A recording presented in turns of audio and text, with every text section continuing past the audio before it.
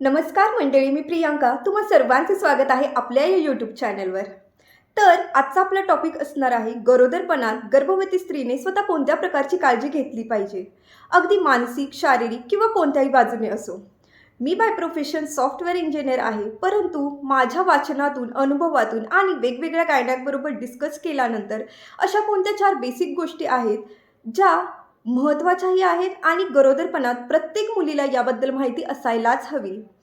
त्यामागची कारणे, tips, tricks या सगळ्यांबद्दल आज आपण चर्चा करणार आहोत. प्रत्येक स्त्रीसाठी गर्भवती होणे ही सर्वात आनंददायी भावना असते. तिच्या आयुष्यातील असे 9 महिने असतात जेव्हा ती आपल्या पोटामध्ये एक जीव वाढवत असते. कुटुंबातील इतर सदस्य देखील नवीन पाहुण्याचे स्वागत करण्यासाठी खूप उत्सुक असतात.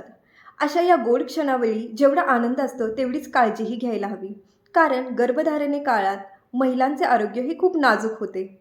अशा वेळी आपल्या पोटातील मूल हे जर निरोगी राहायचे असेल तर तेवढीच आपल्याला आरोग्याची काळजी घेणे ही खूप महत्त्वाचे आहे. चला तर मग पाहूया अशा कोणत्या गोष्टी आहेत ज्या करण्याजोग्या आहेत आणि ज्या केल्यानंतर नक्की त्याचा आपल्याला फायदा होणार आहे. तुम्हाला पण जर याबद्दल जाणून घ्यायचं असेल तर व्हिडिओ शेवटपर्यंत नक्की पाहत राहा. नंबर 1, होणाऱ्या आईचे मानसिक संतुलन. आई आणि बाळाचे नाते हे रक्तमांसाचेच फक्त नसते, तर हृदयाचे आणि मनाचे देखील असते. याच नात्याने बाळ गर्भात असताना त्याच्या होणाऱ्या सर्वांगीण विकासाची जबाबदारी ही आईची असते. आपल्या मनात येणारा प्रत्येक विचार हा बाळापर्यंत पोहोचत असतो. फक्त पोहोचतच नसतो, तर बाळ आणि बाळाचा मेंदू हा विचार ग्रहण देखील करत असतो. त्यामुळे होणाऱ्या आईने आपल्या मनात कोणते विचार येत आहेत याचा नीट विचार केला पाहिजे. जर आपल्या मनात दुष्ट, नकारात्मक, वाईट विचार येत असतील तर त्या विचारांवर एनर्जी वाया न घालवता त्या विचारांवर आवर कसा घालायचा याचं स्किल आता शिकून घेतलंच पाहिजे. संकुचित विचारांचा त्याग हा केला पाहिजे. नेहमी आपले मन प्रसन्न आणि चेहरा हसतमुख कोणत्या गोष्टींमुळे राहील याचा विचार आणि कृती आता करायलाच हवी. कारण आपल्याला जर आपले बाळ आनंदीमय जीवन जगायचे असे वाटत असेल तर आधी आपण आनंदीमय जीवन जगण्यास सुरुवात केली पाहिजे. आता हे सगळं कोणत्या गोष्टींमुळे शक्य होईल? तर यामध्ये पहिली गोष्ट म्हणजे आहाराकडे तुम्हाला जाणीवपूर्वक लक्ष द्यायचं आहे. म्हणजेच काय करायचं आहे, भरपूर पाणी प्यायचं आहे, फळभाज्या, पालेभाज्या यांचा इंटेक जास्त घ्यायचा आहे, so that you can get more proteins, carbohydrates in your diet. त्याचबरोबर जर तुम्हाला कोणत्या सवयी असतील, जसे की तंबाखू, cigarette, alcohol, you have to complete avoid it no matter what. दुसरी गोष्ट म्हणजे जर तुम्हाला काही गोष्टी जाणवल्या, उदाहरणार्थ तुम्ही जर स्ट्रेसफुल एन्व्हायरमेंटमध्ये राहत असाल, तुम्हाला सध्या पूरक पोषक असे वातावरण नाही आहे, त्यावेळेला पुढचा पाठचा विचार न करता स्वतःसाठी स्टँड घ्यायला शिकायला पाहिजे. म्हणजे काय करायचं आहे, तर एकतर पहिली गोष्ट म्हणजे ज्या गोष्टींचा तुम्हाला त्रास होतो आहे त्या तुम्ही घरच्यांना किंवा इतर ज्या ठिकाणी तुम्ही राहत आहात त्यांच्याबरोबर डिस्कस करणं खूप गरजेचं आहे. त्या संवादातून, कम्युनिकेशनमधून जर तुम्हाला मार्ग निघाला तर उत्तमच, पण जर मार्ग नाही निघाला तर तुम्हाला तुमच्यासाठी प्रयत्न करायचे आहे. याचं कारण असं की वेळ गेल्यानंतर दुसऱ्यांना दुष्णे लावण्यात काहीच अर्थ नाही आहे आणि आपल्या बाळाची जबाबदारी ही होणाऱ्या आईची प्रारंभिक जबाबदारी आहे. त्यामुळे वेळ आणि स्वतःची योग्य ती काळजी घेणे ही प्रायोरिटी तुमची असलीच पाहिजे. तुम्ही जर वर्किंग असाल तर उत्तमच, यामध्ये तुमचा वेळ जाणार आहे. परंतु तुम्ही जर वर्किंग नसाल तर स्वतःच्या कलागुणांना वाव देण्याची हीच ती योग्य वेळ. तुमचे जर कोणते हॉबीज असतील, तुमच्या काही इच्छा असतील तर या वेळेमध्ये तुम्ही कंप्लीट करू शकता, त्याचा नव्याने विचार करू शकता. उदाहरणार्थ कुणाला पेंटिंग आवडत असेल, कुणाला ड्रॉइंग आवडत असेल, कुणाला कुकिंग करायला आवडत असेल, नवीन रेसिपीज शिकायला आवडत असेल, कुणाला क्राफ्ट छान जमत असेल, कुणाला वाचनाची सवय असेल, कुणाला स्टोरीटेल ॲपवरून गोष्टी ऐकायला आवडत असेल, तर अशा वेगवेगळ्या गोष्टींमधून आपण आपला वेळ घालवला पाहिजे. दुसरी महत्त्वाची गोष्ट म्हणजे झोप. झोप ही शारीरिक आणि मनाची दैनंदिन झीज भरून काढणारी एक प्रक्रिया. प्रेग्नेन्सीमध्ये हार्मोनल चेंजेसमुळे थकवा अधिक जाणवत असतो, त्यामुळे होणाऱ्या आईने विश्रांती आणि पुरेशी झोप घेणे हे गरजेचे असते. आता गरोदरपणामध्ये किती वेळ झोपावे? तर गरोदरपणामध्ये गर्भवती स्त्रीने रात्रीचे किमान 8 तास ही झोप घेतलीच पाहिजे, कंपल्सरी घेतली पाहिजे. आणि दुपारी देखील किमान 2 तास झोप ही घेतली पाहिजे. आता हे मी तुम्हाला माझ्या गायनॅकनी जे सजेस्ट केले त्यावरून सांगत आहे. त्यामुळे जर आपल्याला आजूबाजूला जर असं ऐकण्यात आलं आहे, मेनली 3rd ट्रायमेस्टरमध्ये म्हणजे 7व्या, 8व्या, 9व्या महिन्यात, की झोपायचं नाही, त्याचा बाळावर परिणाम होतो वगैरे, वगैरे. अशा काही गोष्टी आपण जर ऐकत असू, तर त्याकडे जास्त लक्ष नाही द्यायचं आहे आणि दुपारी देखील किमान 2 तास झोप ही आवश्यक असते. तर याबाबतीत तुम्ही देखील तुमच्या गायनॅकबरोबर कन्सल्ट करू शकता. आता गरोदरपणात झोप कशी घ्यावी? तर सुरुवातीचे 3 मंथ तुम्ही कसेही झोपू शकता. म्हणजे सरळ झोपलात तरी चालेल किंवा डाव्या उजव्या कुशीवर झोपलात तरी चालेल. याचे कारण म्हणजे सुरुवातीचे 3 महिने बाळाची वाढ झालेली नसते. परंतु 3ऱ्या महिन्यानंतर बाळाची वाढ ही हळू होते. त्यामुळे पोटावर झोपणे टाळायचे आहे. याचं कारण म्हणजे गर्भाशयावर त्याचा ताण पडून ते कॉम्प्रेस होण्याची शक्यता असते आणि त्याचा परिणाम हा आपल्या बाळाच्या होणाऱ्या वाढीवर होऊ शकतो. हे झालं पोटावर झोपण्याबाबतीत. आता मग पाठीवर झोपलं तर चालेल का? तर 5व्या महिन्यानंतर आपल्याला जाणवतं, की पाठदुखीचा त्रास आपल्याला जाणवत आहे. याचे कारण म्हणजे काय? तर जसे-जसे बाळ मोठे होते, तसे-तसे त्याचा भार हा आपल्या पाठीच्या मणक्यावर पडायला लागतो आणि त्यामध्ये जर तुम्हाला बीपीचा त्रास असेल, तर बीपीची लेव्हलसुद्धा वाढू शकते. त्यामुळे पाठीवर आणि पोटावर झोपणे आता टाळायचे आहे. आता तुम्ही म्हणाल, झोपेमध्ये मला कळालंच नाही. मध्यरात्री अचानक जाग आली आणि कळालं, की आपण पाठीवर झोपलोय. तर लगेच घाबरून जायचं का? तर नाही. एवढ्या-तेवढ्यावरून काहीही होत नाही. फक्त जेव्हा-जेव्हा आपल्या लक्षात येईल, त्यावेळेला आपण कुशीवर झोपण्याचा प्रयत्न करायचा आहे. आता कुशीवर झोपताना देखील शक्यतो डाव्या कुशीवर झोपायचं आहे. याचं रिझन काय? तर न नाळेतून रक्तपुरवठा हा बाळ आणि आई या दोघांनाही योग्य प्रकारे होतो आणि लघवीद्वारे आपल्या शरीरातील जे विषारी घटक आहेत ते बाहेर फेकण्यामध्ये मदत होते. त्यामुळे तुम्हाला जर बीपीचा त्रास होत असेल, हातापायाला सूज येत असेल, तर अशा प्रकारचे जे त्रास आहेत ते कमी होण्यास मदत होईल. मी सध्या झोपताना प्रेग्नन्सी पिलोचा यूज करत आहे, ज्याची लिंक मी डिस्क्रिप्शन बॉक्समध्ये देत आहे, ज्याने मला बराच फायदा झालेला आहे आणि झोपेच्या बऱ्याच तक्रारीपासून सुटका देखील मिळालेली आहे. तर तुम्ही देखील प्रेग्नन्सी पिलोचा यूज करू शकता आणि Amazon किंवा Myntraवरून हे तुम्ही ऑर्डर देखील करू शकता. तिसरी महत्त्वाची गोष्ट जी आपल्याला माहीत असायला पाहिजे, ती म्हणजे गरोदरपणात अशक्तपणा येण्याची कारणे कोणती आणि त्यावर उपाय काय आहे? त्यामधला पहिला मुद्दा म्हणजे हार्मोनल चेंजेस. तर आता हार्मोनल चेंजेसमुळे आपल्याला प्रचंड थकवा जाणवतो. पहिले 3 महिने तर उलट्यांचा त्रास, मळमळ होणे, चक्कर येणे आणि प्रचंड झोप येणे हे देखील लक्षण त्यामध्ये आढळते.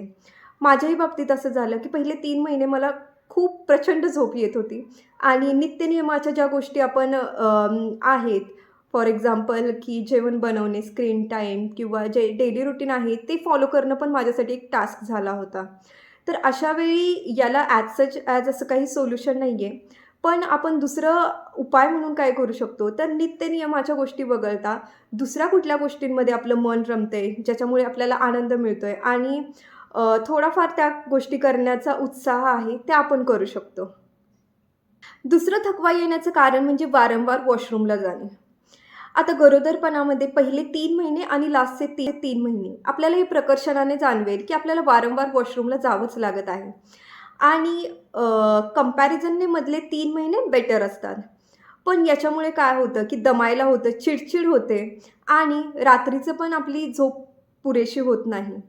तर याच्यावर उपाय म्हणून आपण काय करू शकतो? तर आपला जो 3-3.5 लिटर डेली पाण्याचा इंटेक आहे, तो तुम्ही जर इव्हिनिंगच्या आतमध्ये म्हणजे 7 किंवा 8 वाजायच्या आतमध्ये घेतला प्रिफरेबली, तर आपल्याला दिवसातून वॉशरूमला जावं तर लागणार आहे आणि ते जायचंच आहे, अजिबात थांबवायचं नाही आहे. पण कंपॅरिझनने रात्री जे आपल्याला 7-8 वेळेला जावं लागणार आहे, ते कमी होऊन कुठेतरी 2-3 वेळापर्यंत येईल आणि आपली झोप पुरेशी होऊन थकवा जाणवणार नाही. तर हा उपाय आपण तिसरं महत्त्वाचं कारण म्हणजे हिमोग्लोबिन. तर जशी-जशी आपली प्रेग्नन्सी पुढे वाढत जाते, तसं-तसं आपल्याला जाणवतं, की हिमोग्लोबिनचं प्रमाण आहे ते फ्लक्च्युएट होत आहे किंवा ड्रॉप होत आहे. तर याच्यामुळे देखील आपल्याला थकवा जाणवतो. तर यासाठी उपाय म्हणजे काय? तर आपल्या आहारामध्ये लाल, पिवळी, हिरवी फळं आणि पालेभाज्या यांचा समाविष्ट असलाच पाहिजे. त्याचप्रमाणे स्प्राउट्स, नॉन-व्हेज, दही, ताक, अंडी यांचा देखील समावेश आपण आपल्या आहारामध्ये केला पाहिजे. त्याचबरोबर जे आपले डॉक्टर आहेत किंवा गायनॅक आहेत, त्यांनी दिलेली औषधे ही न चुकता आणि वेळेवर घेणे, हा पण त्याच्यावरचा एक उपाय आहे. चौथी महत्त्वाची गोष्ट म्हणजे वाढतं वजन. जशी आपली प्रेग्नन्सी पुढे जाते, तसं आपल्याला जाणवतं, की आपल्या पायांवर त्याचं प्रेशर येत आहे. त्यामुळे चालता, उठता, बसता आपल्याला थकवा जाणवतो. तर याच्यावर उपाय काय? तर तुमचं वजन हे अननेसेसरी वाढलं नाही पाहिजे. म्हणजे बघा, जर तुम्ही थोडे जाड साईडला असाल, तर एव्हरी मंथ तुमचं वजन हे 1 ते 1.5 किलो या हिशोबाने वाढलं पाहिजे. अननेसेसरी वजन वाढणे हे आपल्याला टाळायचं आहे. आणि प्लीज त्यासाठी तुमचा जो डाएट असेल त्याच्यावर तुमचं कंट्रोल असणं खूप गरजेचं आहे. आणि जर तुम्ही थोडेसे बारीक साईडला असाल, तर एव्हरी मंथ तुमचं 2 केजीच्या आसपास वजन वाढणं हे चालू शकेल. त्यामुळे टू मच भात खाणं, टू मच तुपमय खाणं किंवा खूप सारे जंक फूड्स खाणं आणि तळलेले मसालेदार पदार्थ खाणं हे पण आपल्याला नक्की टाळायचं आहे. 5वं आणि महत्त्वाचं कारण असं, की तुमचं डाएट हे न्यूट्रिशनली राईट नाही आहे. म्हणजे तुम्ही तुमच्या डाएटमध्ये त्या गोष्टी नाही घेत आहात, ज्या तुम्ही घेतल्या पाहिजे. आता माझ्या एक्सपिरियन्सवरून मी तुम्हाला शेअर करते, की मी जंक फूड टोटली अव्हॉइड केलेलं आणि छान पद्धतीने अगदी दूध, प्रोटीन, घरचं जेवण, फळभाज्या, पालेभाज्या याचा सगळा इंटेक मी घेत होते. तरी पण दिवसातून मला 1 ते 2 वेळेला प्रचंड अशक्तपणा जाणवायचा. तर गायनॅकबरोबर डिस्कस केल्यानंतर मला असं जाणवलं, की सध्याच्या परिस्थितीमध्ये जरी मी छान पद्धतीने घरचा आहार घेत असले, तरी त्याच्यामध्ये पण मला काही गोष्टी वगळल्या पाहिजे, स्किप केल्या पाहिजे. काही पदार्थही मी नाही घेतले पाहिजे. तर हे जे नॉलेज आहे ते आपल्याला डॉक्टरांकडे गेल्यानंतरच मिळणार आहे. त्यामुळे वेळोवेळी डॉक्टरांचा सल्ला घेणे हे खूप महत्त्वाचं आहे. ज्यामुळे आपण काय करू शकतो, की वेळोवेळी आपल्या रुटीनमध्ये चेंजेस करून त्या गोष्टी ट्रीट करू शकतो आणि आपली प्रेग्नन्सीची जर्नी ही सुखमय करू शकतो. चौथा महत्त्वाचा मुद्दा म्हणजे गरोदरपणात कोणते कपडे घालावे. बऱ्याच वेळेला स्त्रिया ज्या वेळेला न्यू मॉम टू बी या फेजमध्ये असतात, त्यावेळेला एकतर फिजिकल चेंजेसमुळे आपण गळून गेलेलो असतो. परंतु होणाऱ्या या बदलांना सामोरे जाताना कोणते कपडे घालावे हा देखील एक महत्त्वाचा विषय ठरतो. तर गरोदरपणात आपण नेहमी कम्फर्टेबल कपडे यूज केले पाहिजे. बऱ्याच वेळेला मी असं ऑब्झर्व केलं आहे, की स्त्रिया आपल्याकडे लक्ष देत नाहीत आणि लूज साईज कपडे घालून बसलेल्या असतात. तर कम्फर्ट आणि गबाळेपणा याच्यामध्ये फरक आहे. जेव्हा आपण आरशात बघतो त्यावेळेला आपल्याला असं छान पण वाटायला पाहिजे ना, की आपण गरोदर आहोत आणि नवीन मॉम टू बी या फेजमध्ये आहोत. तर लाईफच्या इतर फेजेसनुसार ही पण फेज आपल्याला एन्जॉय करता आली पाहिजे, हे माझं प्रामाणिक मत आहे. आता गरोदरपणात ब्राचा वापर करायचा आहे का? तर हो, गरोदरपणात ब्राचा वापर करायचा आहे. रिझन काय? तर सॅगिंग अवॉइड करण्यासाठी, ब्रेस्टला सपोर्ट मिळण्यासाठी आणि पोस्चर मेंटेन ठेवण्यासाठी. आता बऱ्याच वेळेला असं होतं, की ब्रा घातल्यानंतर श्वास गुदमरल्यासारखं होतं किंवा पाठदुखीचा पण त्रास होऊ शकतो. पण गरोदरपणात हा कम्फर्टनुसार ब्रा वापरणे हे मस्ट आहे. त्यामुळे ब्राचा वापर हा करायचा आहे. आता पॅन्टी रिलेटेड असं सांगायचं आहे, की जनरली तुम्ही कॉटनच्या पॅन्टी यूज करायच्या आहे आणि जनरली डार्क कॉम्पेन्सेशनच्या पॅन्टी यूज करा. म्हणजे जरी डिस्चार्ज झाला तरी तुम्हाला तो नोटीस करता येईल. तर या काही महत्त्वाच्या टिप्स आहेत, ज्या तुम्ही कपडे चूज करताना यूज करू शकता. या व्हिडिओमध्ये आपण बऱ्याच अशा बेसिक पण महत्त्वाच्या गोष्टींबद्दल चर्चा केलेली आहे. त्यामागचे रिझन्स, उपाय, टिप्स, ट्रिक्स याबद्दल देखील चर्चा केलेली आहे. तुम्हाला हा व्हिडिओ युजफुल वाटला का मला नक्की कमेंट बॉक्समधून कळवा. आणि चॅनलला जर सबस्क्राईब केलं नसेल तर प्लीज चॅनलला सबस्क्राईब करा, कारण त्यातून मला मोटिवेशन मिळणार आहे. तुमच्या पण काही अपेक्षा असतील, की मी अजून कुठल्या विषयांवर व्हिडिओज केले पाहिजे, तर ते देखील मला तुम्ही कमेंट बॉक्समधून कळवू शकता. धन्यवाद मंडळी.